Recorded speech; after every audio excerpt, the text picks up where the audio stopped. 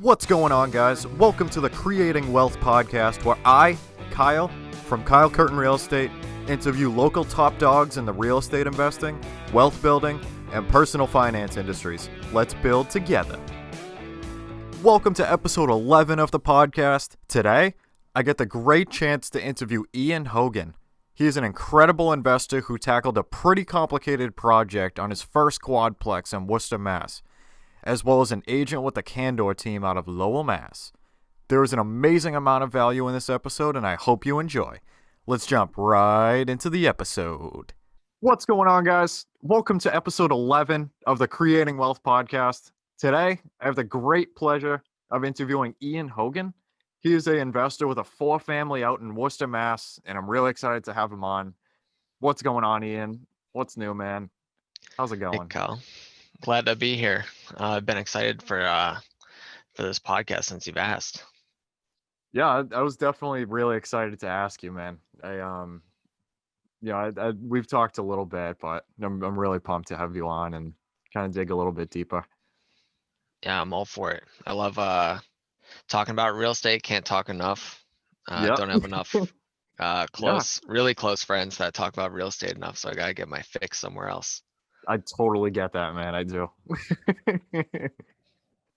So to start things off, what got you into real estate in the first place, and what's kind of your backstory? Sure. So I went to I did what a lot of I guess the norm of what people our age do, and I went through college. I got a degree, and I got a whole lot of debt along with that in the form of student loans. I also ended up getting a job that helped me like pay for my master's, but undergrad I just had a lot of loans. I didn't really think about money. Like the general idea of money was get really educated, get a good job that pays a lot, and Yeah. kind of like I think what is the standard path. And at some point I was like, this is gonna take forever, and this is really painful. And I don't just want to sit around and kind of just wait, just get my W-2 income and shovel it back into debt until it's Yep. paid off. Seems way too slow. I got like interested after my master's into like stocks. I started like reading a lot of books. I started like dreaming about candlestick charts, Yep. and that ended up like I found another path. So I was like listening to podcasts and everything, and then I don't actually know how it happened, but I got into like bigger pockets, started thinking about real estate, the leverage of real estate, all the other benefits that it has over other investment like abilities other than like stocks and things like that. And Yeah. I was hooked. So that was like sometime like really early last year. And basically from there on, I tried to educate myself as much as possible, reach out to people, and decided like I was gonna start real estate investing. And basically, I got to a point with my student loans to where I paid off high interest debt, Mhm. and then basically was set out on buying an investment property to begin the portfolio, to become That's a awesome, mogul, I man. guess. That's great. I love, kind of how that starts. Like, you just kind of find out about something one day, and all you need is a spark, and then you just start to go a million different ways on, and start to look at the much bigger picture. Yeah, definitely. I always think back to this. I wish found it like earlier. Hmm. Um, arguably, I don't think I found it too late. Like I'm still in my 20s, so there's people that find it later on, which is still fine. I wish I found it out earlier. I was also like, I was getting into, I'm pretty minimalistic in terms of my stuff. Yeah. Um, so like my girlfriend and I were talking about like getting a tiny house. We're actually planning on building a tiny house. I finished right before I got into the idea of real estate. I finished like 3D modeling a tiny house that would go on a trailer. Ooh, okay. I spent a large amount of time on that, so I wish I found it out slightly before that. So, but now I have that 3D model, and maybe sometime in the future that can be used as like a vacation kind of idea in like remote areas. Yeah, I was just gonna ask about that, man. That's, it could still be done. Yeah, and now like there's the concepts of like well, there are some like Airbnbs that are not like houses, but are like fancier trailer parks, and those trailers are tiny houses. So it's like Oh, okay. they're kind of expensive too in terms of like renting those. I think there's one in Yeah. like New Hampshire or Western Mass. Oh, wow. So Yeah, I'll have to check that out. That's pretty cool. yeah, it's pretty interesting. I'd be interested in looking at it like as a future investment too. It fits like both niches. Yeah. Yeah, a nice blend of the both of them. Yeah. Do you know, I know it's probably last year or a little bit before, but do you know kind of like what that first book was? Or like the first podcast or anything that really kind of changed you a little bit? Yeah, um I can't remember if I read a book first, or it was probably a podcast first. It was Yep. definitely like the classic Bigger Pockets podcast. Hmm. And at that point I know nothing. So I binged a lot Oh yeah. of podcasts and stuff, like going to work, listen to a podcast, go on like a long trip, like 6 hour trip, podcasts. Yep. Um, and never really got sick of it. So I guess that's also a good sign. Um, Yeah, and I totally. forget, I think one of my first like books that was kind of like that, um, I want to say mindset change, but I don't actually think I needed a mindset change, but Hmm. it kind of like validated or opened my eyes a little bit more. And I think it's like everyone's like first mindset change book is Rich Dad Poor Dad. So that was definitely one of the Yep.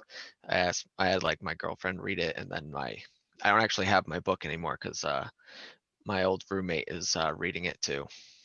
So it gets legs of its own. Yeah, totally. Spread the knowledge. Yeah, I'm all for it. Yeah. Although someday I want my book back.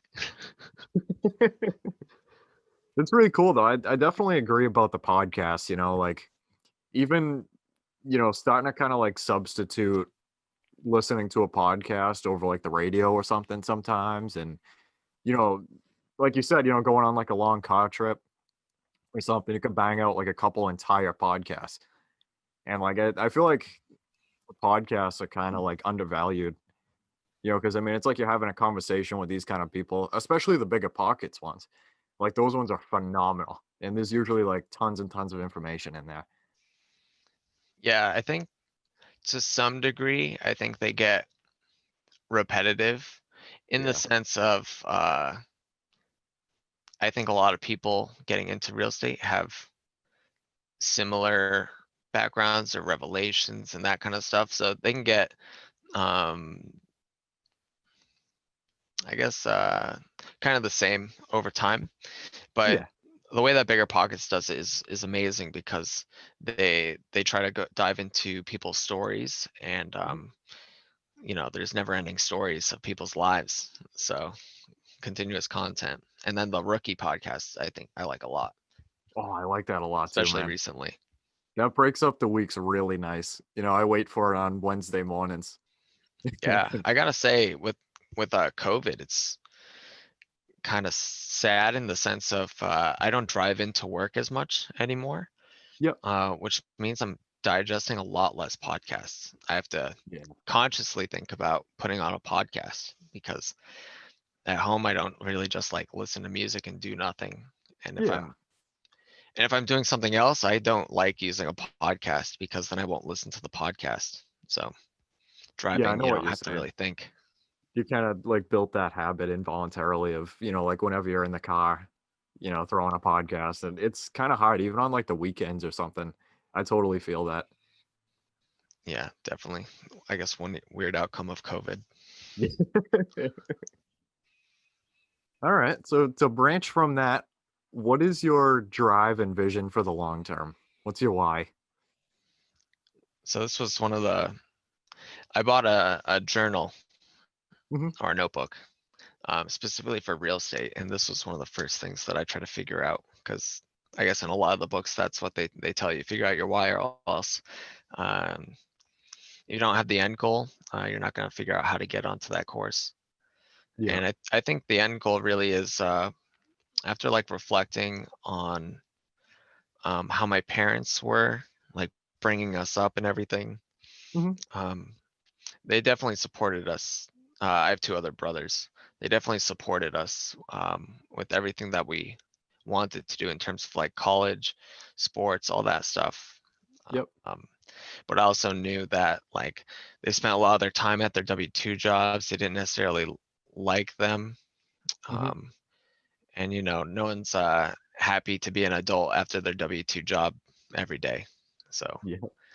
um, yeah, so like I'm an adult and I don't like to adult afterwards, and I have no commitments as like kids. I'm not married, Yeah. um, everything like that. So my why is essentially getting to a point of I get to choose what I do with my time. Like I like working, but I also want like more flexibility, and I want to work on things specifically that I want to. Yeah. Yep. Um, I guess things that I think are very valuable or like riskier that I wouldn't be able to do like right now without jeopardizing a lot of things financially, I guess. So Yeah. that's my why, and then go backwards from there. And I'm trying to accomplish that with real estate. Yeah, I totally agree with you, man. I feel like life's too short to kind of like be unhappy, and real estate's definitely something that can change that and free up some time for you to kind of work on the things that you actually really like. Yeah, I definitely agree. And I gotta say, so far, I really like the process of real estate. Hmm. Um, and now that I'm an agent, like the process of bringing like clients through that as well is also like very exciting. It doesn't feel like a job.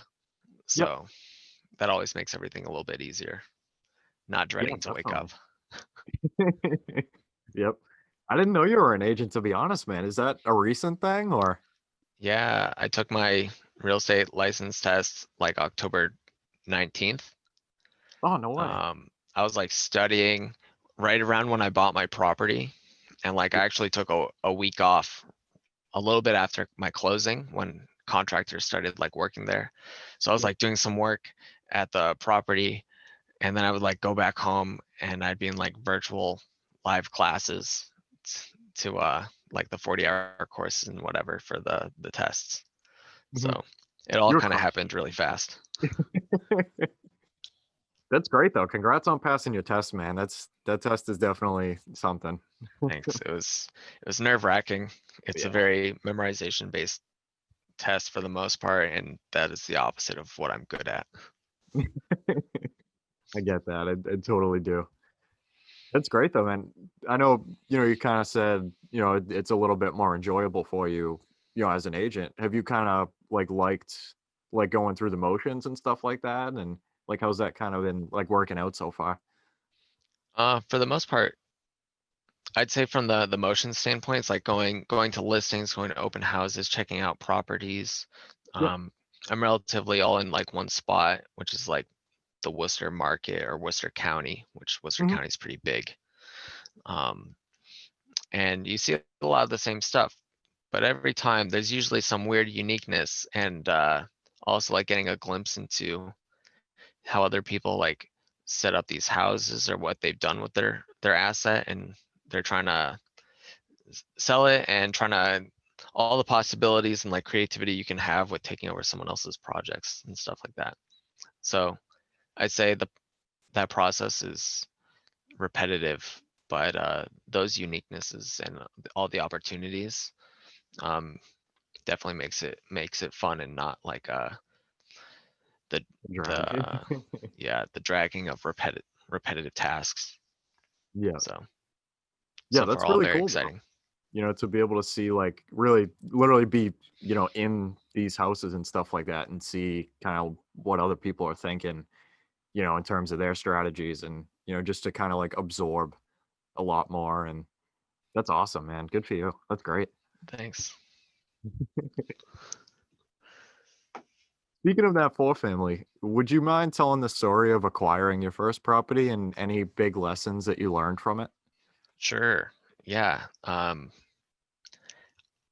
Basically, so going back to what I said before, I paid down like all my higher like interest debt and Yep. debt that would be seen for like getting pre-approved and that stuff. Mhm. So I guess before I even finished doing that, uh, I went and talked to a lender, which I recommend everyone do. Talk to a lender, whether you're ready to buy like right then or not. It's Yep. they will tell you if there's anything you need to change in terms of like looking good to a bank and being lendable and your limits. So I always recommend doing that. Um, that being said, at that point, because I finished my like that debt that was all visible, I looked really good for it, and I was targeting to do like an FHA Yep. because I just spend all this money on my loans and I have no money left. So so started with looking for an FHA. I think it's pretty straightforward. A lot of opportunities there. And then I was like starting to hear about like 203Ks and stuff, being able to do essentially value add, and it just Yep. rolls up into the mortgage. I've heard they're pretty painful, but that didn't really deter it because value add was what exactly what I was looking for. Yeah. Mhm. Um, I reached out on like bigger pockets to a couple of agents. Was trying to figure out that in terms of like interviewing agents and people that you're essentially going to be working with. Um, I found like two really good agents. I like them both a lot, Yep. and I was like, how am I going to decide between these two Also. agents? Um, During that process, I was like figuring out which market I want to do in. Otherwise, you're looking too broad and it's chaotic. Yeah. So I like numbers a lot, and so I made an Excel spreadsheet that looked at like a massive radius of like around where my W-2 job is. Yep. And that radius basically goes all the way up from like the border of New Hampshire down to Connecticut. So it was a lot. It was like over 100 cities that I was like looking into with um, different factors. Yeah. So I have an entire Excel sheet that goes through that, and it kind of just narrows them down. Eventually landed on Worcester um, for lots of reasons. Lowell was up there too, but the Mhm. volume in Worcester is so much bigger, which I liked Yeah. more. Um, and basically, I went to the agents and I asked them some more questions. And one of those questions was, do you cover Worcester? And one of them said no, and the other one said yes. So that made my decision Perfect. really easy, which thank God, because Yeah. I don't know, I would have felt really bad if I had to Yeah. choose. It would probably make it much harder. Um, so I pick the agent. I start going on like showings and open houses, Mhm. like normal stuff. I'm just trying to get familiar with the areas, familiar with the unique weird things that are in like Worcester properties, really old properties made in like the 1890s, 1900s. Yeah. And I'm looking well in advance of when I'm trying to buy. I was trying to buy in like May of this year, 2020, and I was looking in like December um, time frame. So Mhm. this is also when we were like going to actual meetups, and I was like talking to other Worcester people, like trying to house hack and trying to buy investment properties. And they're like, some of them were putting in like dozens of offers a week, getting nothing. It was a hot market. And I was getting a little nervous. I was like, if I don't start putting in offers soon, like I'm not gonna hit anything in May. And then I Mhm. was gonna be in a weird bind. I was like renting in that was gonna end in like July. So Oh boy. started looking more serious, like looking to actually offer Yeah. to be able to like lock up those timelines. So I was thinking like I was gonna have to put in a bunch of offers and everything. So um so one day in like I think it was January or February, probably February, um, right before COVID, Yep. I was out with my agents and we're just looking at properties, and there was this like really weird one. It was a fourplex. Fourplexes were kind of rare in Worcester, not uncommon, but more rare and up on the market. It's usually tries or Yep. duplexes. And we went to it. It was very big, very kind of weird. It was partially commercial, like 30% commercial. And the owner was also the selling agent, and which also added some weird points to it. He was a very nice guy, very weird though, not the best in terms of landlords. Things were Yeah. definitely not maintained very well. Um, but we looked at this property. It had a lot of potential. Mhm. So the property has like 2 units on the first floor, 2 units above, so second, third. Those are like 3-bedroom units, like standard Worcester like residential units. On the first Yep. floor, they used to both be commercial. One side was commercial, the other one became like a makeshift sketchy studio. It was very weird. But they both used to be like hair salons and a barber shop. Oh, And okay. it was just a big space behind that studio. So I was like, wow, there's a lot of value add here. And this is a great area. It's like a mile from the downtown that's like up and coming. I like the area a lot. And the price was really nice in terms of like potential wedge or whatever it's called, Mhm. of like value add. So I put in an offer. They already had an offer accepted, but they thought that it was gonna fail. Yep. Like they didn't think it was gonna get past purchase and sale agreement, and because they were trying to do a 2 or 3K loan, and I was also gonna try to do a 2 or 3K loan, but um, with our real estate agent, which I use John for as a real estate agent. Love the team. I know you interviewed Sabrina. She was my agent for that as well with Oh, John. no way. Mhm. Um, so Shout she out to was there Candor through the Realty. process. Yeah, Candor's great. It's also the team I'm on now. Yep. So yeah, so basically that fell through, their stuff fell through, and then they accepted our offer. And this is the first offer I put in. So this was rare. Yeah, So it that's was insane. crazy. And then we started the process. It was a 2 or 3K, so painful. So we go through home inspection. Mhm. Um, I love the home inspector. He was great. It was pretty funny, and you have to, as like a new investor, your home inspector is going to teach you so much, as long as you're like asking questions and you get the right home inspector. Because Yeah.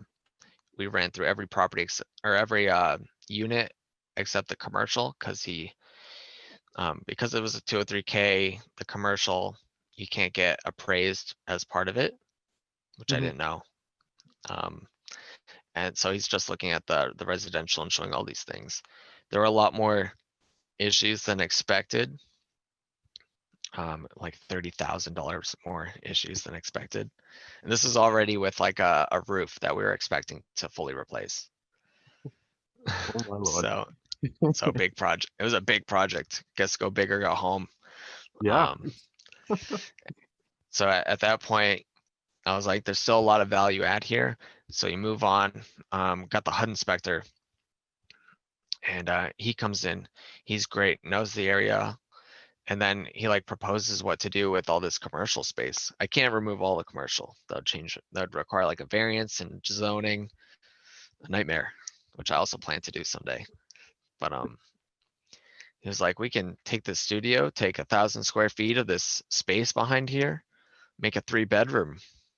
It'd be great. The numbers at that point looked amazing, I and bet. it's like the exact value add. So the members on your team and the people that you're talking to, even if like they're hired in and they're part of the normal process, like that HUD inspector like blew our mind with what he proposed, and that's essentially the floor plan that he suggested is a very similar one to what I wrote up and had contractors build to. So learn as you go. Yeah, That's so that was insane. great. And then that's when, so at that process, everything was good. And then COVID hit and no one knew what was going to happen next. So it's like March timeframe. We're after purchase and sale, and this is where we're trying to get the contractors on. This is the painful part of the 203K process, where you get like contractors to bid to this work. Yeah. And COVID hit, contractors stopped bidding on things. I couldn't get anyone to take my money. They didn't know what was going to happen, so no one wanted to bid to this. 203K is risky for contractors because they have to front a lot of the money. Mhm. So like the pool of contractors that you get for 203K is already like small. And COVID made it worse. About a month in, people apparently stopped caring about COVID. And there was so much work for contractors that they were just so busy. I couldn't get them to take my money to do this project. Getting them out to even look at it was hard. It was rough. I would jokingly go to real estate, like virtual meetups, and say, I can't get people to take my money. And like the first quote that we got it pretty quick, but it would balloon. It would not have passed the appraisal. So I was like trying to get down there. We're at kind of the end of the line in terms of this. And I was like just thinking about scaling back the scope of the project to the basics, which means I'm not doing like the 3-bedroom. I'm just leaving it a studio. And they're just fixing up stuff like lally columns in the basement. They had to replace the roof, and then like touch up pieces. So not that much. Ended up getting a contractor. He quoted it like that work, and it was like a really nice number. And I was like, how much for this extra work? Because we talked about this extra work, and he was like, yeah, it should be like X amount. And I was like, oh my God, that's like the target number. So I was like, write that up. And then we ended up closing with that. And since then, that was like closed in June or July. I get those mixed up. But anyways, closed then. The project started, and found out a lot of other pain points of 203K, like payments and stuff with contractors. Oh boy. Yeah, that's wicked interesting, man. Especially as a first project, like you totally, went in and I bet you learned a bunch during that. That's insane. Yeah, definitely. I think I know, and from reading books and listening to podcasts, the number one thing people say that holds them back, and you can read it in forums, since like holds back people for years sometimes, is they'll read and they'll just digest and they'll analyze and run numbers. And analysis paralysis, whether they're actually doing it with numbers or just like too afraid in general. And it's like I knew I just had to start looking at properties and dive in, otherwise like that was going to happen. And I'm introverted, so that was like extra going to happen, because I don't like large crowds or talking to people. So I was like, I gotta go to meetups, meet people, because like one-on-one like this, or like talking to people about stuff you like, that's fine, and more natural. But like going to those other events to actually initially meet those people was a bit more daunting for me, more out of my personality type. So sometimes you gotta get out of your comfort zone. So I think that's like the biggest point to getting started. I totally agree with that, man.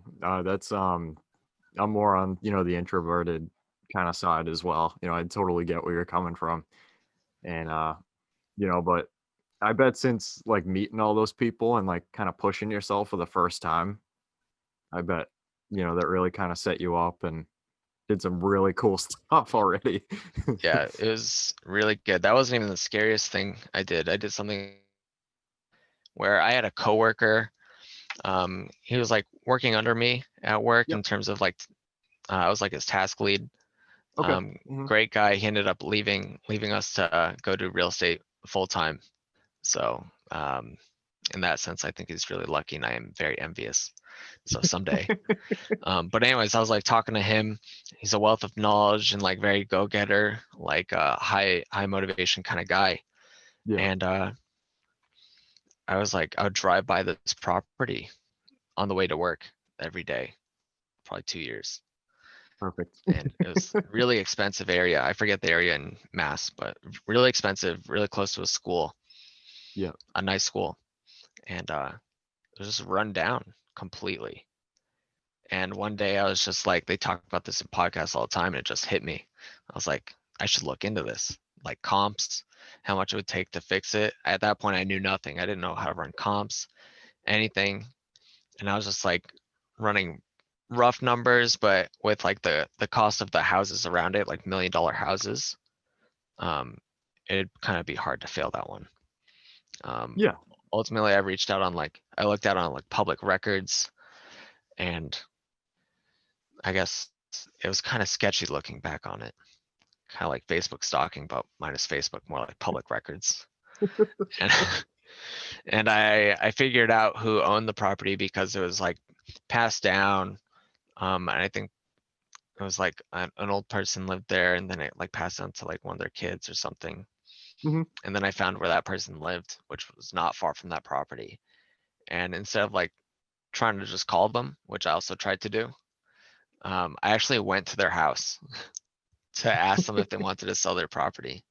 Yeah. And I went to the wrong house first. So, Oh, and then really? they're like, no, that person lives down the road 2 houses. So Oops.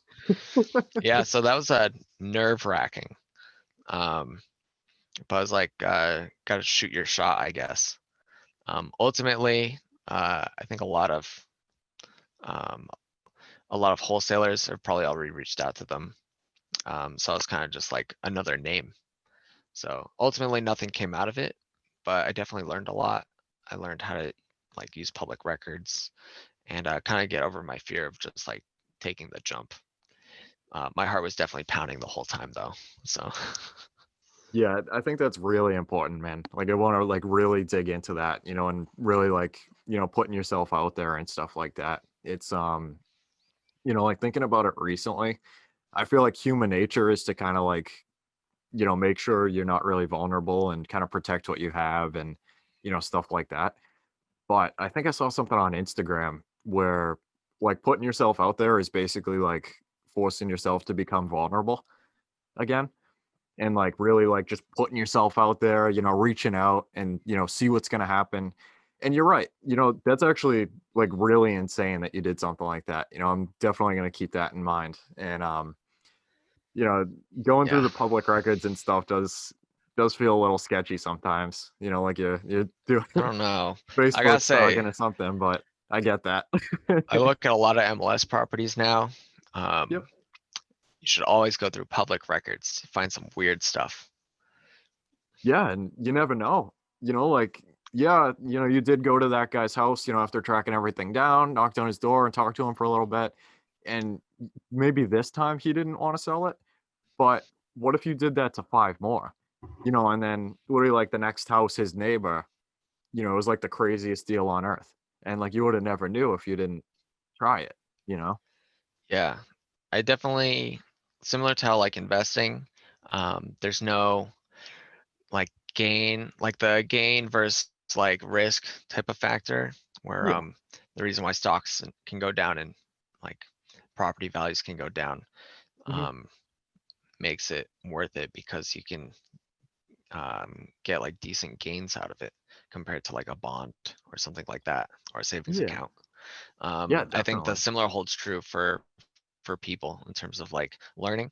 I think there has to be like a little bit of risk out of the comfort zone to actually learn. hmm Otherwise, it's more like academic. And at that sense, like you can speak about academics and theoreticals for your life and gain no improvement. So Yep.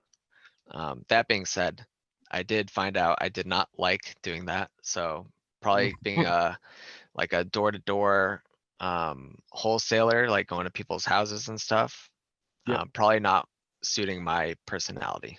So hmm I'm But glad hey, I man, did it, but I exactly. don't plan on it. But hey, man, I feel like you did a lot more than most other people do. Even though you kind of thought that it might not be something, to fit your forte, you still gave it a shot. And then you realized that was something that didn't really interest you as much.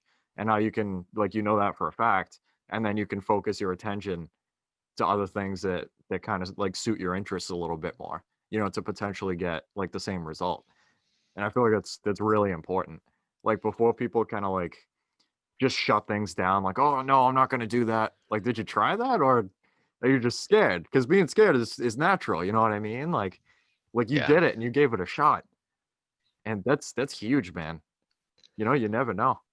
Yeah, I 100% agree with that. Um, and I think I've heard it in a lot of podcasts relatively recently. Hmm. I think David Green said this at one point, but it was like, definitely work on things that you're not like that strong at to like improve, but also like really harp on and work on the things you're good at. So Yep. become like more of an expert in those things. And kind of since then, that's what I've more or less been doing. Um, and that expertise is mostly in numbers and things along that end. My background's in electrical and computer engineering, so I kind of try to stick with a lot of numbers, Excel sheets. Yeah. Um, I think like kind of getting into the mindset of what like Brandon Turner was saying in terms of like getting comfortable with numbers and stuff. I think it's a little bit excessive, but maybe it's not for some people in terms of like analyzing 100 deals or something and like keep on analyzing. And I did that. I have an Excel sheet with like over 100 deals analyzed, and I was like, okay, I kind of got the hang of this after like 10 or so. Yep. But I still like the process in terms of seeing what was coming on the market, what was good, and kind of trying to build the idea of like being able to look at an MLS listing and be like, that's worth looking at, to try and not like waste time too much. And from that point, like I built a software like application Hmm. that logged into what I was getting from my real estate agent. It would log in automatically, take all the data, compare it to a database of other older data that I got, and it would Yeah. update it. And it would also run analytics on it based off like Section 8, like rents, like fair market rents. And it would give me a ratio number, and it would tell me it's like, this might be worth looking at, things like that. That is insane, man. Literally, like, It was a lot of fun. wow. Like the automation, and that's wow. Oh Yeah, my god. I had a Raspberry Pi, which is like a little microcontroller, like computer, Yep. basically. I had a Raspberry Pi sitting in like the corner of my room, like on all the time. And I also figured out how to force it to like upload to a Google Drive. Hmm. So I would just keep on getting like Excel sheets with this data in a Google Drive. So I didn't actually have to go onto that Raspberry Pi. I just go onto the internet. So I want to get into more of that again. Yeah. So I Oh my. think that would help, especially with full MLS access as an agent. So It's so impressive, man. Oh my god. I think it's a lot of fun. Let me know if you have any ideas. So this Yeah. could really grow. Yeah, totally, man. That's wow. That's that's insane. Oh my lord. All right. Moving on. What do you consider to be the biggest variable to expand your portfolio or your clientele, as an agent? Um, I think these are, for the most part, I think it comes from two aspects. I think both education helps both of those things. Yep. But that's too broad, not fun enough of an answer. So I think clientele, it's um, kind of marketing yourself, which Yep. I don't think I'm very good at. It goes back to like the introvert type of thing. I'm not very good at that. So me myself working on like my own networking and kind of Hmm. like getting out there, showing like my worth for a better like phrase or something. Yep. Um, I think that'll probably be the most important one, especially being relatively newer in that sense. Hmm. Um, as an investor, definitely partnering. I think partnering is an extremely valuable tool that can fix a lot of problems. I don't think it always does.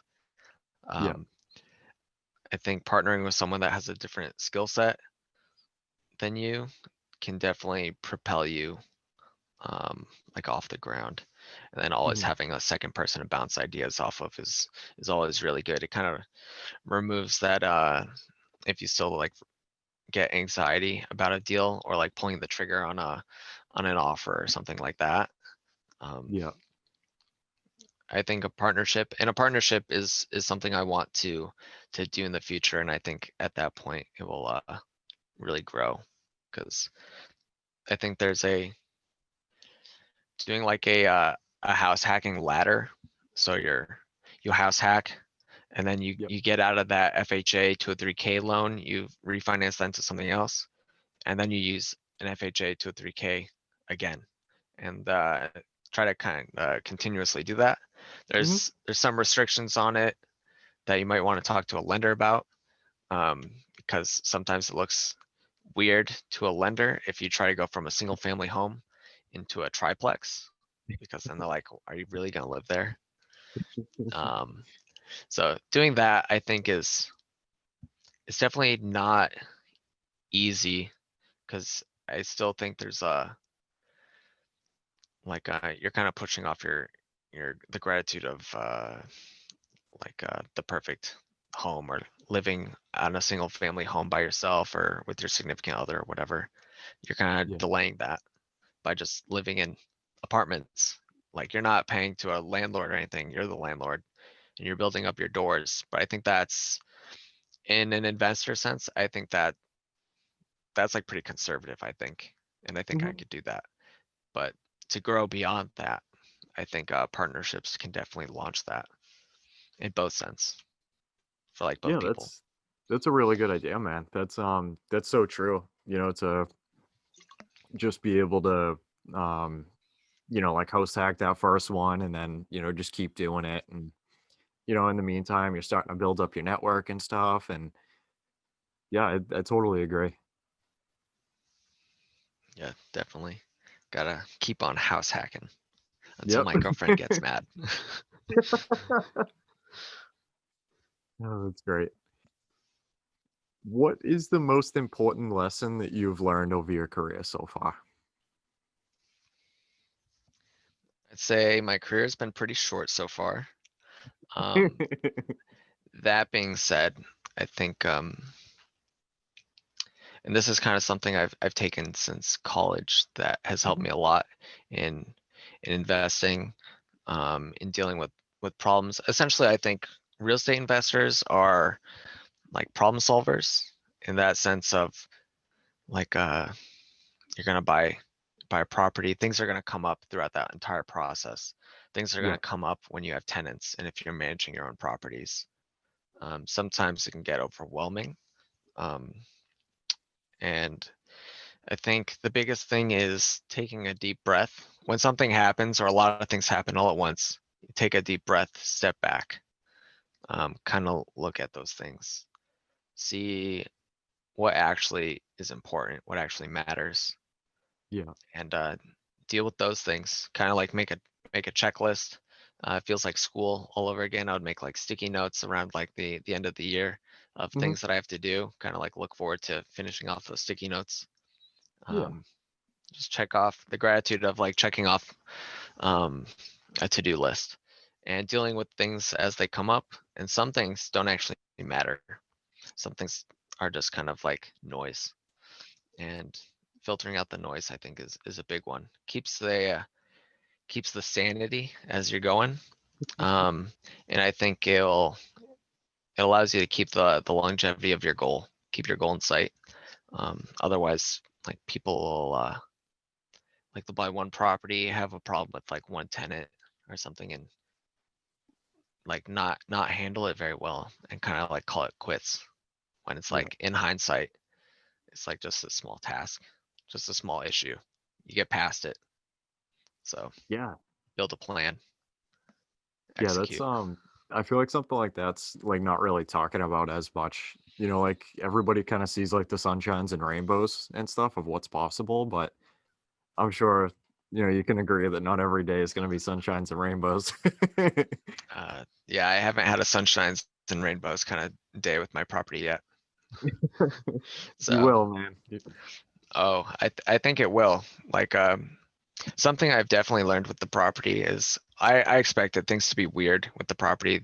Like things have been neglected. Yep. I have a tenant in there that's like, he's been in there for 8 years. So he'll tell me of things like that have been weird with the property that are kind of like hidden. And especially with the seasons, as the seasons change, you'll find like weird problems that just pop up with like the cold or the hot. Yeah. And you just roll with it. So I'm going through that first year of those phases. Um, and you just write your to-do list and start checking things off. So Damn.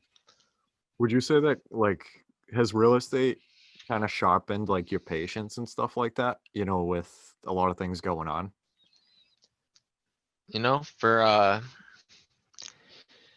for my job, I manage a lot of people and a lot of teams. Yeah. So there's a lot going on.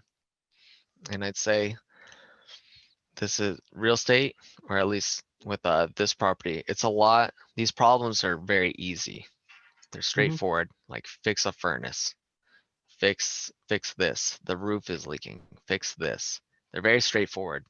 I don't have to deal with politics, which I have to do at work. I don't have to deal with like consulting my supervisor, my boss, Yeah. anything like that. I don't have to coordinate with other people that much. The people I do have to coordinate are like contractors, the tenants, but that's so easy to do compared to like some of these like W-2 jobs that people are doing. Um, in that sense, real estate's like pretty straightforward, pretty easy. So I haven't seen anything too complicated yet. I'm sure if you're doing like big projects, like developments or variance changes, dealing with the government sucks. So Yeah. Yep. um, I feel like I can say that because I do work for the federal government. So we suck sometimes because of process. So Yeah. for the most part, I think it's pretty straightforward and easy. That's a really good point, man. I really like that perspective of, like having to deal with stuff that like in your head and kind of like the way you receive it may be worse than other things. And, to just kind of like prioritize like how to tackle things and what's worth really stressing out over. And, I feel like you're totally right. Just taking that step back to just kind of look at everything in general and then just kind of like take things down one by one. I'm definitely going to keep that in mind. Yeah, it definitely makes it a lot easier, especially if you're like in a partnership, or Yep. if people like married couples that are both into real estate. Hmm. Definitely having like a cool head on at least one of the partners Yep. probably goes a long way. Because if one person starts freaking out, everyone starts freaking out. Yeah. That's a good point though. That's really a good point.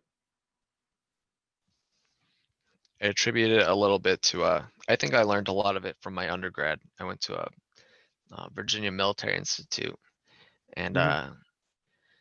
I think to some parts the school is beneficial because like you're going through like this military training. They break you down, build you up type of thing that the military does. Yep. And you just get stacked on responsibility. And it's probably not the best way of teaching. I think it's good to identify if someone is like doing well with this type of teaching. Otherwise, it's, I think, mentally bad. Um, Yeah. but if you keep adding stuff and have them figure it out of like prioritization, I think is key. And I think that's definitely molded how I have that kind of perspective. And I think I did well with it. So Yeah, that's awesome though. It sounds like you're like a very tough, kind of person in terms of, like taking things and stuff like that. Especially from, like the kind of school that you went to and stuff.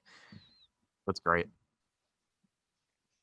yeah, I think taking things less personal also helps out. Like if you have a bad tenant and they start messing with your stuff, Hmm. don't take it personal, and just treat it like a business. Otherwise, gonna have a bad time. People are gonna do things that they shouldn't, like changing locks on tenants that are still in there. And we live in Massachusetts, so Yeah. can't do that one. Not Texas. Although I don't Yep. think you can do that in Texas either. So Yeah. Yeah, that definitely sounds like something that's really important, when it comes to jumping into this kind of game, is just keeping like a cool head on your shoulders and just rolling with the punches and just treating it like a business. exactly. And you just said it. It's the game. Gotta play the The game. game. Yep. Got to play the game. Now, speaking of playing the game, how do you define wealth? I thought this would be a relatively hard question. Um, in the sense of it, I don't like the nuances of playing with words. Yep. It's one of the things that I kind of delegate in my job. I don't like wording things a certain way is kind of dumb to me. Yeah, But I gotcha.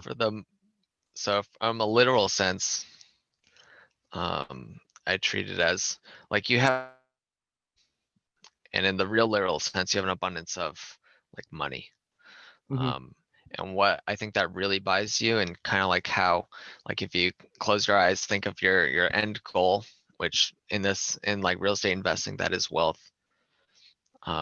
Having like a sustained amount of money to be able to let you choose what you spend your time on. Ultimately, it all leads back to time. Hmm. Um, I think money is just like a means of getting there. I think money, for the most part, is like a distractor. Um, is really tough if you don't have money, but I think people can get blinded by having like just chasing money when they should really just be chasing time, because you're essentially just trading Time time for for money. money, money for time type stuff. So I think for the most part, I think of wealth as being able to dictate your time based off of you, not what other people want.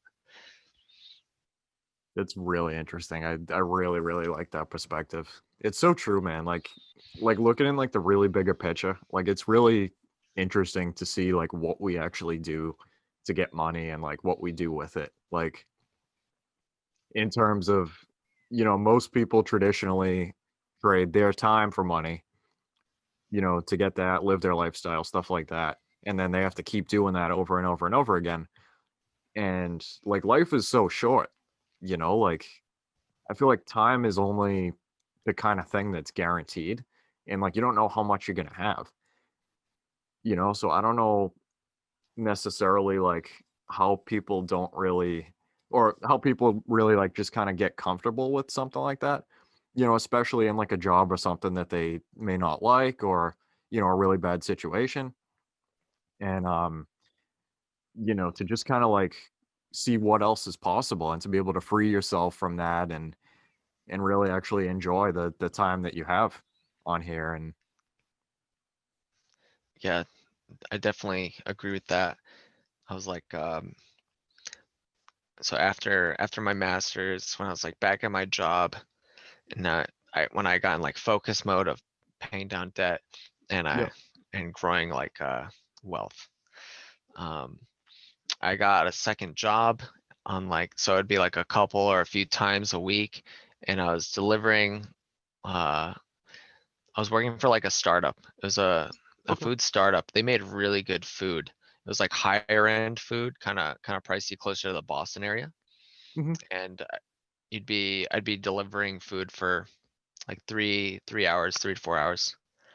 And the job itself paid really well as a startup. Um, but over time, I was kind of it was like the time trade-off and the goal trade-off. At that point, I had goals for like the gym and stuff, like lifting. And if if you're like a serious lifter or trying to get to some serious goals, you need to eat a lot. And it's rough to do that when you're kind of in a car for 3 or 4 hours. And it was hampering my goals. Like the money was nice, but it was hampering my goals. And at a point, it was like not worth it. So just trading that money, trading that time for money. So I've looked into like other things. I was a certified personal trainer. Mhm. I was like looking into like working at a gym part-time. Trying to do that. But in that sense, it's like you're kind of working. If you're working at a gym as a personal trainer, you don't get paid much. Like um, you get very insignificant amount of like what clients are actually paying for. And Yeah. you can grow through social media and things on your own. But for the most part, I didn't like working. I liked working out, Yeah. and I was going to turn a hobby into a business. And at that point, I didn't want to sell to people. I would rather Yeah. like people really get into it. And so at that point, I got my certification. The knowledge was great for my own personal stuff. Mhm. So I don't regret that. But I basically built up a website and everything, and like programming for diets and workouts, and then had like a revelation right as I was like gonna start. I was like, I want to keep this a hobby. This isn't fun, like selling it. So, and ultimately, here I am, real estate. So I think it's a completely different end. I think it's worth trying a lot of. It's definitely worth trying a lot of things to try to get to um, what you actually think will take you to your end goal. And at this point, I definitely think that's real estate. Yeah. Yeah, it's I feel like a lot of people don't really taste enough to kind of see what they like, and especially they're only being 24 hours in a day.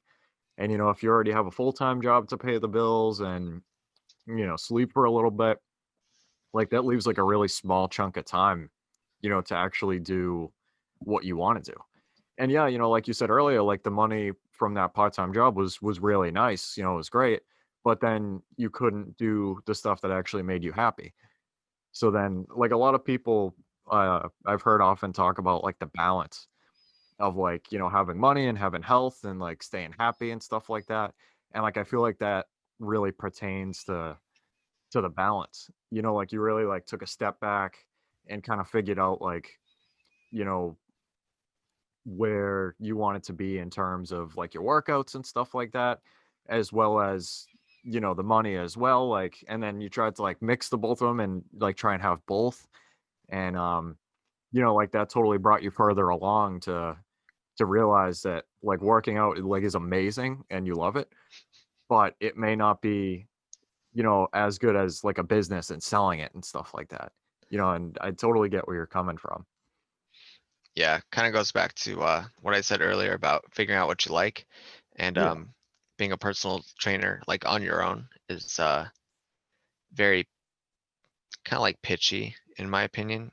Yeah. You're essentially trying to sell this to people that may or may not want it. They might, and you're kind of like trying to make them think that they want it. That they That's want not it. necessarily what I wanted to do. It's like I said, it's not my strong suit.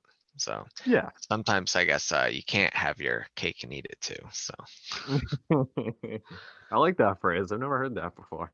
But yeah, I totally agree, man. Like I'm the same way with the real estate. Like, yeah, I'm an agent, but like I'm not a salesy person. You know what I mean? Like it just doesn't really not that kind of person, not really into it.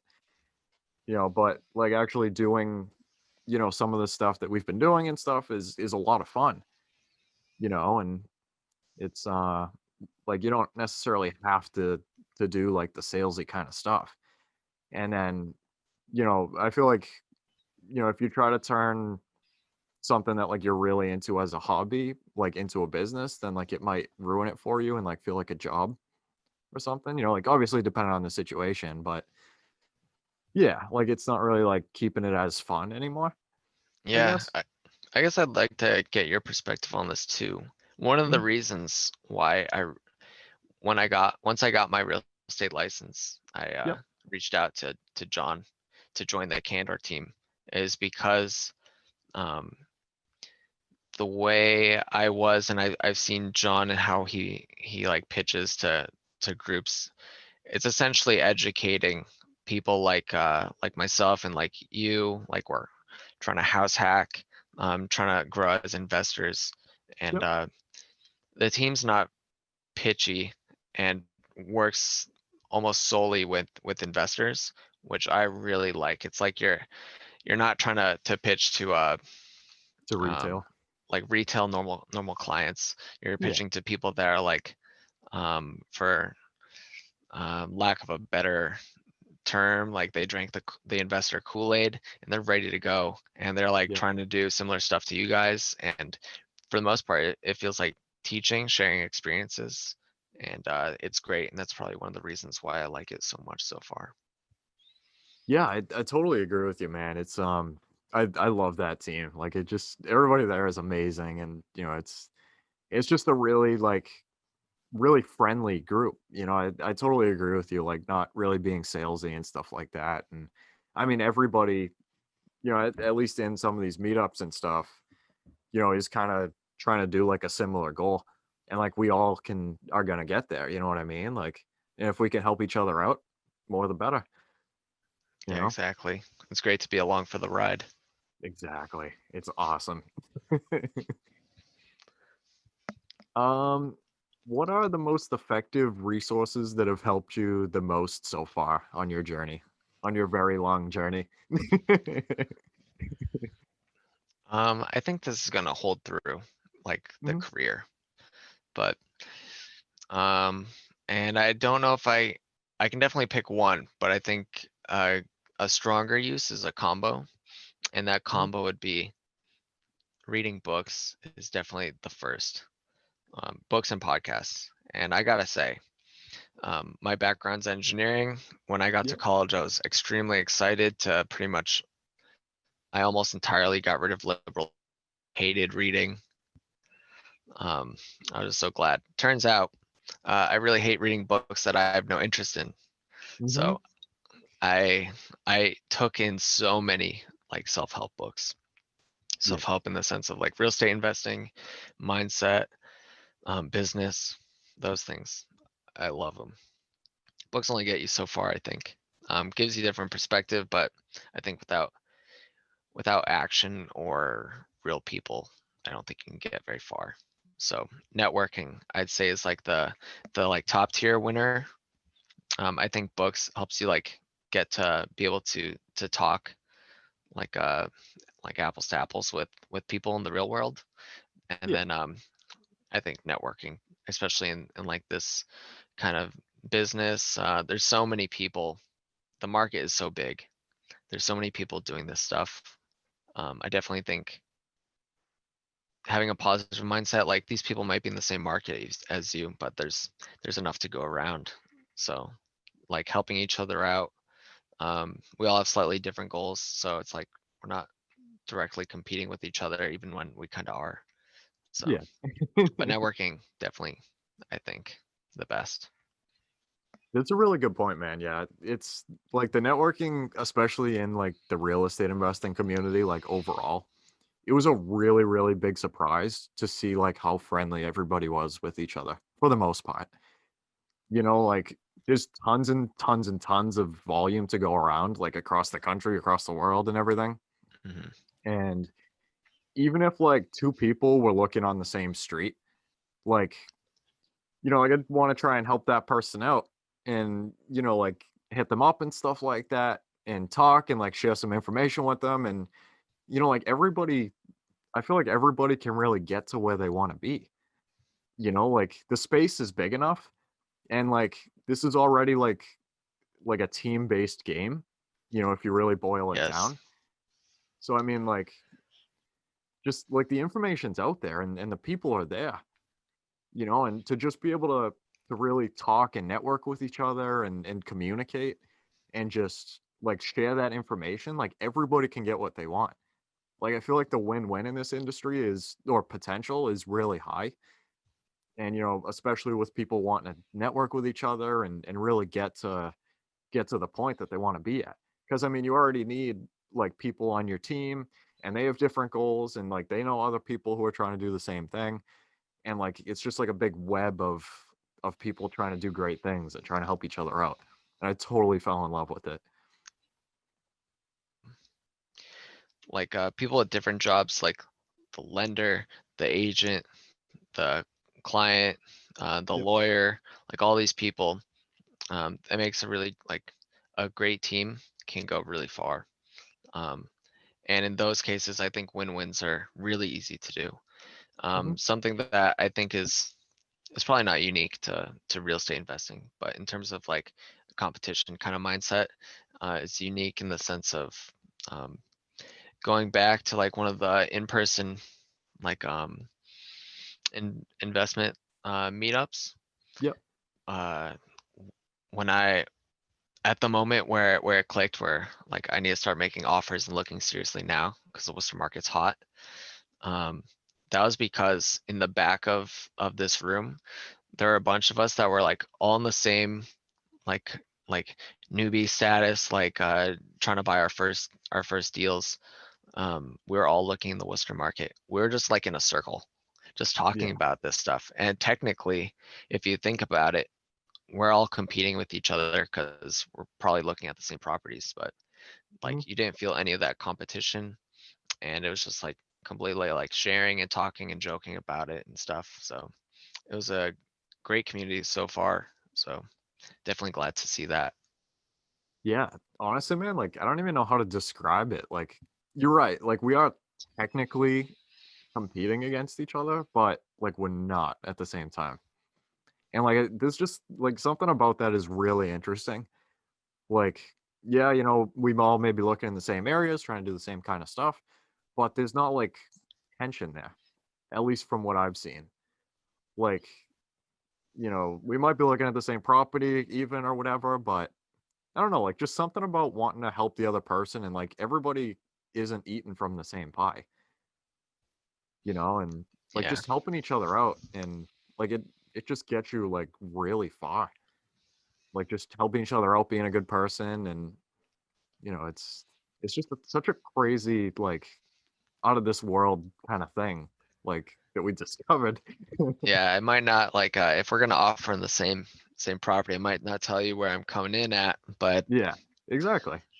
Yep. may the odds forever be in your favor, I guess. Yeah.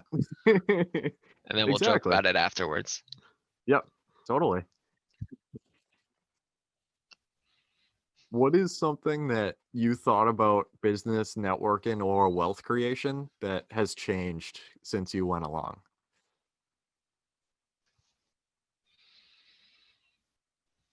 Hmm. Definitely. I think there's a mindset with investing, especially with real estate. Yeah. Because I had this idea before I even invest or not invested, before I even like thought about investing in real estate. Hmm. And it was kind of like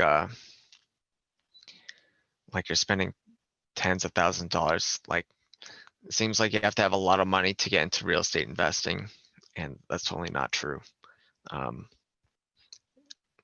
Comparatively, I guess if someone's in the Midwest and they're talking to someone in Massachusetts, that might be true. But Massachusetts is a really expensive market. It's not as bad as like certain areas of California or Yeah. DC, but I think it compares. Yep. And but there's so many vehicles to get in, to dive in, and from there you can really grow. Like going the classic like FHA or Massachusetts like first home buyer, those types of loans, you only need 3.5% down. Hmm. Um, that being said, with my property, I did do that, and I still had money because I also leveraged against this plan, which is the equivalent of a 401k. So I borrowed the money from myself to pay for the down payment and like completely covered. Ultimately, good lesson learned because things come up, and it was very nice to not have used all of my money up front with just the down payment. So, but that being said, um, you don't have to have a lot of money to grow, especially in real estate. And like I talked about before, doing an FHA ladder, I think is pretty conservative. And that's you putting like 3.5% down consistently. And if you're doing it with like a 2 or 3K and you're finding value add, if you're comfortable with value add, whether you do it yourself or a contractor does it or combo both, you're like automatically building in equity, especially when you go around to refinance to get out of that FHA so that you can do it again. Definitely probably the best way to start off. And at that point, you're building equity in your properties. Depending on how much of a home run you're hitting, then you gain other options that allows you to like, it builds a nice base for you to like jump off from there. Because at that point you can start using like HELOCs or like start talking to credit unions and get lines of credit against the house as well, besides like a HELOC, things like that. So I think there's a big misconception of how much you have to invest in properties. That being Yeah, said, some parts of the country you can probably buy a house for like 20K. So yeah, I totally agree with you, man. And that's totally how I thought pretty much until I found Bigger Pockets.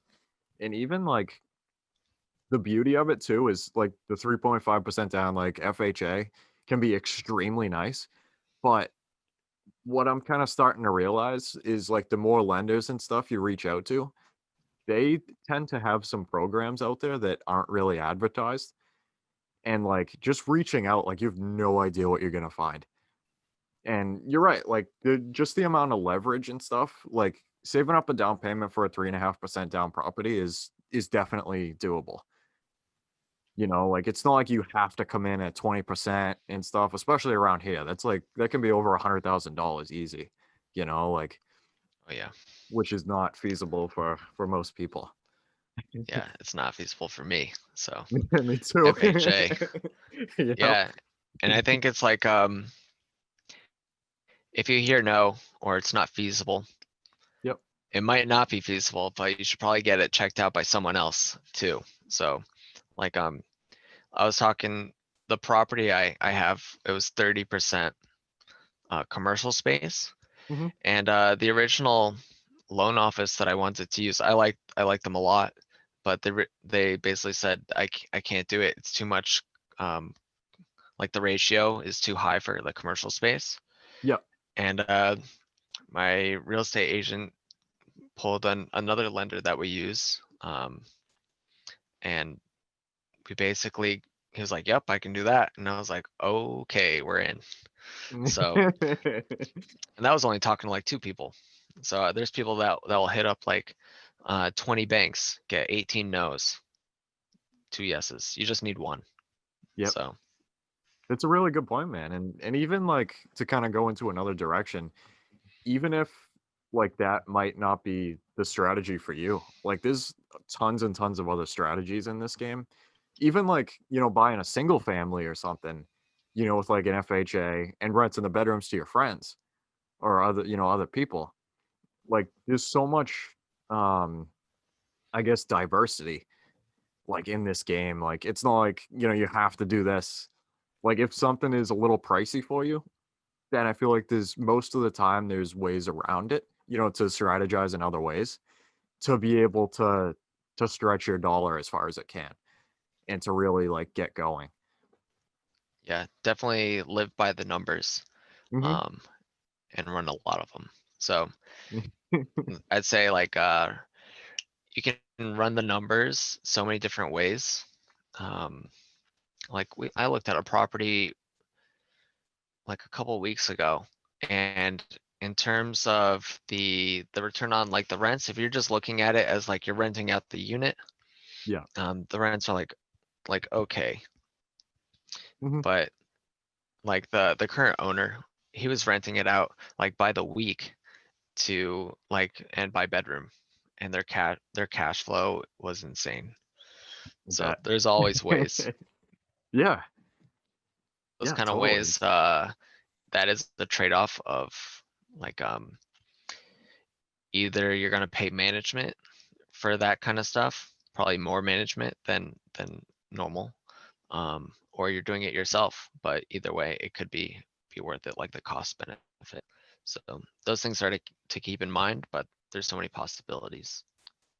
Yeah, totally. Like just you never really know what's out there until you start to look and find things that, aren't really as advertised, like other loan programs and or even like, telling people what you're doing and they might be like, "Oh, I'd love to help you out with something like that," or "I'd go in on something like that with you," or, really just like putting yourself out there like to really get things going. Um I feel like, if you have the desire, then there's a pretty low barrier to entry, relatively speaking, of course. And Mhm. it's really just so possible to get started. And then once you get started, I assume things start to heat up eventually. I assume we'll find out. Yeah. What is your best piece of advice to new investors wanting to start and manage their rental portfolio? I know there's been an incredible amount from you already, man. I really appreciate it. So like managing a rental portfolio. Yeah, so like either starting or, managing it or So essentially how I run all of my numbers, yeah. I always run it assuming someday I'm um, I think some people like ignore this or oversight this, but Mhm. I don't know about you, but my end goal was to have time. And real estate investing definitely is a second job, especially with that management piece. And over time, what I think is natural is kind of valuing your time a bit more and and pushing out those other things. You might be getting less like income, but you gain time. And so always factor those things in. That being said, managing your own properties so far, like especially in COVID times where you can't get rid of tenants, whether you want to or not, dealing with those, dealing with the vacant unit, getting it up and running. Um, Definitely a lot of lessons learned. I think the biggest thing is remember that like your tenants are human Yeah. and you're human. So I think the human factor is a big thing. Like it goes back to solving problems. The tenants usually have problems too, so you gotta think about it on their end. Um, but you also have to think like you're running a business, but try to Mhm. be realistic with it. Um, and kind of deal with headaches as you go in that sense as well. So, and then screening tenants is probably the biggest thing. And I think that multiplied in importance by like a factor of 100 now that is like COVID was like ramped up and like there were rent moratoriums and you can't evict people. And um, even if you can, like the courts are backed up. So I know there's a lot of discussions like from tenants saying like bad landlords, but it's like there's also bad tenants. So I think it's all around. But as a landlord, I'd say screening is probably the most important thing. I had like the first person that put in like a rental application to my place, like their income looked great, but like their credit was iffy. Yeah, And in terms of credit, I don't care about the number as much. I care about the reason why the credit is low. And if it that's a scares good me, point. and if it scares me, then I'm not going to do it.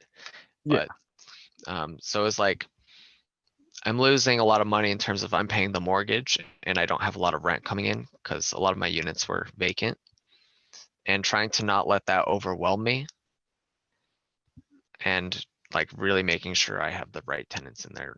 And I do have tenants in there now, and so far they've been great. Mhm. Um, I think section 8 I did was I posted platforms And also Section 8 because I really like the idea of guaranteed some sort of guaranteed income, especially Yeah. with COVID. Like worst case scenario, somehow like you screen the tenants and somehow they bamboozled you and they don't want to pay anymore for some reason. And at that point, like you're thinking, what can you do? But if you have like Section 8 holds a lot of power over them because they get kicked out of Section 8 for being bad tenants essentially. And you have another set of people to help you work with tenants, like their Section 8 managers and stuff. And you're also getting income, whether they're paying or not. So Perfect. I saw it as a good benefit. At the end of the day, you should choose the best applicants for it, but Yeah. definitely keep that in mind if that's a fear. So Yeah, that's really cool. I'll definitely. I've been kind of interested in the whole, Section 8. Um, Something like that sounds really, really interesting. As well being able to kind of help those people out and stuff in whatever kind of situation they're in, and it just sounds really like wholesome, I guess. And yeah. so when it comes to like screening tenants and stuff, do you ever find yourself like, I guess, limited for like the applications and stuff that come in? Like, do you kind of have like a lot of them come in and you can get like really strict with the criteria and stuff? So I was a little nervous when I started showing this. It was like so going back to COVID, like Mhm. people really want to move during this time? That kind of thought runs through your mind. Yeah. Um, my property, while I think it's on the up and up in terms of the area that it's in, it's not in the Mhm. best of areas. So that kind of like fits a demographic as well, in Yeah. terms of like who's applying and everything. But for the most part, I went through the same process.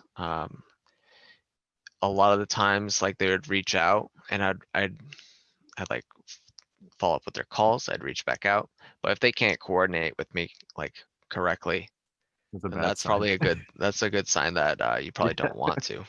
Yeah. Um, uh, I did receive several applications and like a lot of phone calls. I don't necessarily know if I recommend putting your phone number on there because I would get calls a lot. And I didn't know if they were like scam calls or people calling about the property. So maybe setting up like a Google forwarding service or something. Yeah. That's Um, actually the Google Voice is really interesting. I actually just set one up a little bit earlier, to just like put down, for talking to people and potential deals and stuff like that. And I really like that a lot. I'm a huge advocate for that after downloading that. gotcha. Like some of the people on the Bigger Pockets podcast have talked about it, like, in terms of having it as a landlord and like, for maintenance requests and stuff like that. I really, really like the idea that it's pretty much, completely free, and you get to pick your phone number and stuff like that and where it shows up, and it will forward those calls to like your regular number, but those people won't be able to see it. And guys, I feel like that's really cool. Definitely check that out. I'm definitely gonna have to hit you up about that because Yeah, I it's don't it's really cool. I don't think I'll like put my number out there again for my next unit that's gonna come up. So um, that's a good piece. Yeah, Uh, after seeing something like that, man, like I'm pretty selective where I'm putting my personal number. Because you're right, like I can imagine, people blowing up your phone, and it might be an opportunity or it might be just a scam or something, like not worth picking up. And how are you supposed to decipher? yeah, and some of them like to like text you or call you at like 1 in the morning. That happened too. That was weird. Sounds fun. Yeah, but for the most part, it's like once you actually like have a showing, I think gut reactions of people are pretty decent. Kind of like how they're acting, what they're looking at the property, kind of tells you, and try and get a bit of their story. I think helps a lot as well. Yeah. So, but still like make is a big factor of it. So Mhm. What is a common myth about building a portfolio that you want to debunk? I know we kind of talked about, like the leverage and like having to put a whole lot of money down and stuff like that earlier.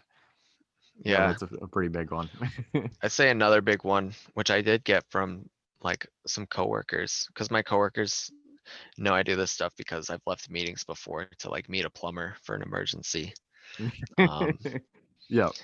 I had like one coworker was like saying, do you really you want to like go fixing toilets? And I was like, how often do you think that happens? So Every day. uh it does happen. Like I've delayed a vacation before because of a plumbing thing was going on. Um like a pipe, like one fitting on the pipe like rotted away, Yeah. and it was raining in my second floor bathroom, from the third floor. So I had to call a plumber, get that fixed. Wasn't expecting that cost. Then I actually like he had to cut a hole in the brand new ceiling. So I was kind of sad Oh, about that. of And course it was a finished ceiling, right? yeah, and the ceiling also had the shower rod has a connecting point right where he cut it. So I couldn't leave my tenants like that, with a hole in their bathroom, and like they didn't have their shower rod up. So I delayed my vacation. We are going camping up in New Hampshire. Mhm. Delayed that to fix their ceiling. Like I fixed it myself. Ultimately, if I wanted to, I could have had a handyman go out and do it. Um, but at that point, I didn't want to spend more money on it, and I could do it myself. Yeah. Um, and it's like things like that are, I think, are pretty rare, but that's like what all the emphasis comes around on. Fixing toilets is a big one. Yeah. And I actually did fix a toilet like right before I was leaving to Connecticut for Thanksgiving. And luckily the fix took 10 seconds. So, Beautiful.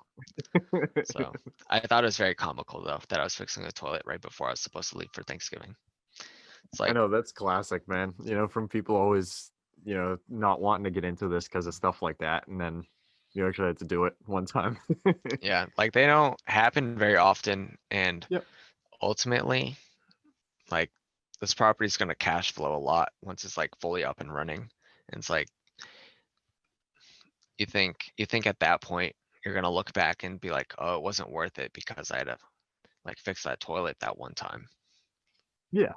Like people focus in on like one bad thing and try to perpetuate it throughout. hmm It's really important, man. Like just, looking like years down the line and looking at that bigger picture and, you Yeah, know, eye on the prize, exactly. yeah, totally. And, in the moment of like, yeah, having to fix that toilet, yeah, it might have sucked and stuff like that. But, when you're making that cash flow down the line and everything's appreciating and everything's all hunky dory, hopefully, you'll look back and be like, Was that worth it? Exactly like you said. Yeah, I probably won't even remember. That's the goal. Exactly, yeah. Only remember the good stuff. Yeah. And my last question, my friend, is do you read? I know we kind of talked about it earlier, but what is your favorite business, investing, or real estate book that you would recommend to anyone? I think it's hard to pick one, It um, definitely is. because I think there's, because you just put out like three topics, and I think there's ones that build on each other.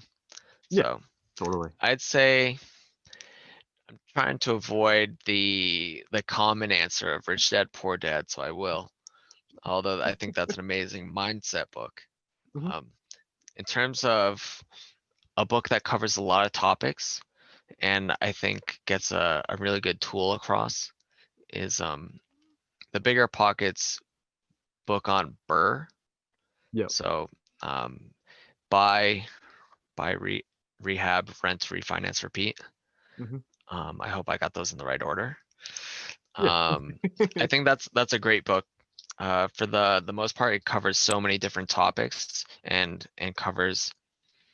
I've read a lot of their other books, and to be honest, the books do repeat themselves. If you read all of I them, get they that. repeat Yeah. themselves. So I think the Burr one covers the most. Hmm. So in that sense, I think that book is great. I also want to do a Burr at some point. Um, but there's definitely books that build on top of those things, especially if you're analytical. Hmm. Um, me to mention some like in that sense or not. Um, but like the 80-20 principle is one of those that's like stop focusing on the insignificant things and really focus on like the 20% that is Yeah. actually getting you like the 80% of your profits and stuff like that. Caveat, that book is very bland and kind of a tough read.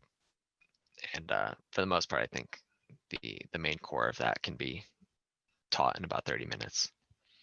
So I'll have to estimating check that one rehab, out. yeah. Caveat Uh or yeah, a summary. No, wasn't I'm the just kidding. most fun. A summary. If it's on what's that tool that like recaps the most important parts of books? Is it Spark Notes? No, that'd be good too. No, Bigger Pockets has it on their stuff a lot. Um I'll probably have to message you at some point because I can't think of it right now. But I would recommend that on that. Some sort of Spark Notes version. Yeah. So Was that one just kind of tough and kind of repetitive? yeah, it's like kind of like reading a textbook. So Hmm. estimating rehab costs, another Bigger Pockets book was very good. I built a calculator based off everything in that book. And to be honest, like the first time I tried doing it, I wasn't very accurate with it. The second time I did it, I was like right on with a contractor's bid. So That's awesome. I think it's just a good perspective thing. I wouldn't recommend just diving into a deal, not bringing a contractor in to bid it yet and kind of just estimating off that. Don't recommend that. But having a good idea of those things, I think is definitely very good. I like that book a lot. The estimating rehab cost one. That all the graphs or the tables and stuff rather, and like how to get that information. And that book is nuts. Yeah, exactly. Anything with like deep analytics and a lot of numbers, I like a lot. Yep. One of the harder ones in that sense was like what every real estate investor needs to know about cash flow. Have Hmm. you ever seen that? Have you read that one? I haven't read that one. It's like reading a lot of formulas and explanations of formulas. So, but if you're building your own calculators, which if you pay for the Bigger Pockets or things like that, you get their calculators. But um, I don't know, maybe it's the frugality in me. I didn't want to pay for it, especially up front. I don't blame you. And I built my own calculators based off of theirs and based off of this book. So Mhm.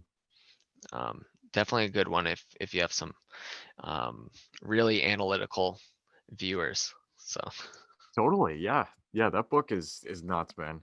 I could just imagine what your spreadsheet looks like, man. After making, like really automated stuff with a Raspberry Pi, and I love it.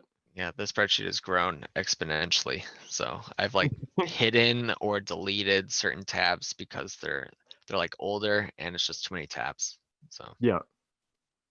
That's great though.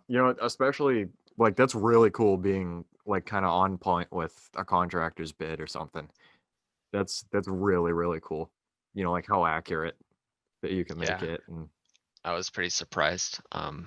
It could be dumb luck though. So I'll let you know after I try it some more times.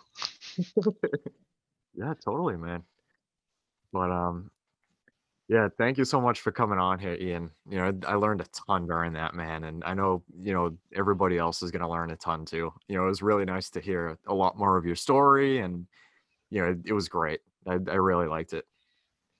No problem. This was a blast. I love talking real estate. Can talk it for hours. And my Right? girlfriend gets tired of it. So Yeah, definitely, man.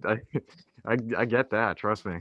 But where can you be reached on like social media and stuff? Like if people wanted to reach out to you, like as an agent, as an investor, you know. everywhere? Yeah, I'm pretty active on like everything, the internet. My email is probably the easiest one. It's Hmm. Ian Hogan 93@gmail.com. Okay. I don't have a real estate Instagram set up yet, but I also post my real estate stuff on there, and that's like Hogan Iceman is my Instagram. Hmm. And then I'm also on Bigger Pockets, and that's just my name, Ian Hogan. So and there's some picture of me, I forget which one. Yeah, I'll drop all of those down below, and yeah, so guys, definitely hit up Ian, especially if you're trying to buy or sell a house.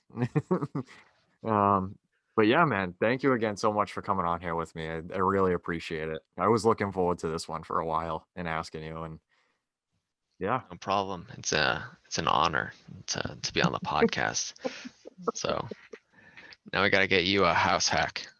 I'm hoping, man. I'm hoping.